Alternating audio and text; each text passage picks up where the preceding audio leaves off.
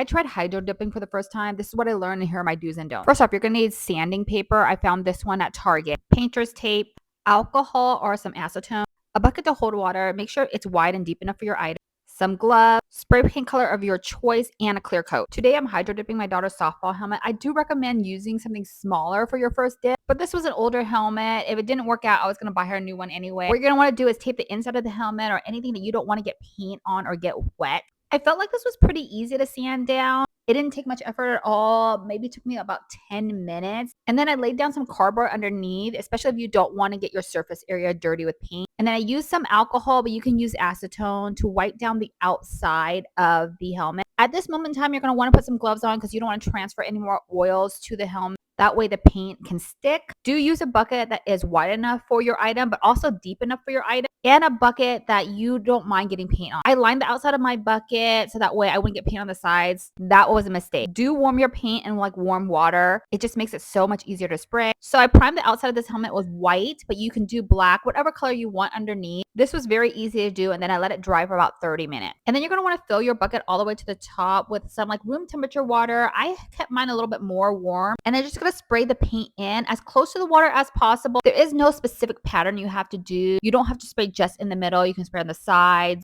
I did a little bit less white because I knew there was already going to be white on the helmet. By the way, you don't need an activator for this. You only need it if you're doing film. We're doing spray paint, so no activator needed. And then once you got the water pretty covered, you can dip your helmet. Now look where I made the mistake here. Make sure your hand placement is not touching anything that you're trying to dip. And then the plastic that lined on the outside started sticking to the helmet. So it just started making it worse. Then I didn't get full coverage because my bucket wasn't deep enough. So those are definitely big mistakes I made. I got everything right until the dipping process. So I tried to fix it by spraying more paint on the inside than dipping it again. That just meant I got an over amount of paint, more than I needed. So it caused kind of like these drips and like these bumps. You're gonna see that bump in the front here, and in the back there's like a big puddle. So I put a clear coat on it, let it dry overnight. And then in the morning, I sanded down every little area that had an overabundance of paint. Just some imperfections I didn't love.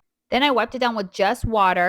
You're going to see her after sanding that front part that had that little bubble on it. It's like totally flat now. And then I went through and spray painted all the parts that I sanded down. You can't be heavy-handed with this. You don't want to overspray because then you're going to have the same problem that you did trying to fix it. And honestly, at this point, I had fixed most of the imperfections. I really liked how it was turning out. So then I let it dry for another like 30 minutes or so with a new coat of paint on. Actually, it was starting to look pretty cool even though I made all those mistakes dipping it. And after it dried for about 30 minutes, I went in and put a really large amount of clear coat on it. And it's now looking a lot better. I was pretty satisfied with how it looks, being my first time hydro dipping something. I think if you like this look, I definitely recommend doing it. In hindsight, I do feel like it's a little bit too busy for my taste. Let me know if you have any questions.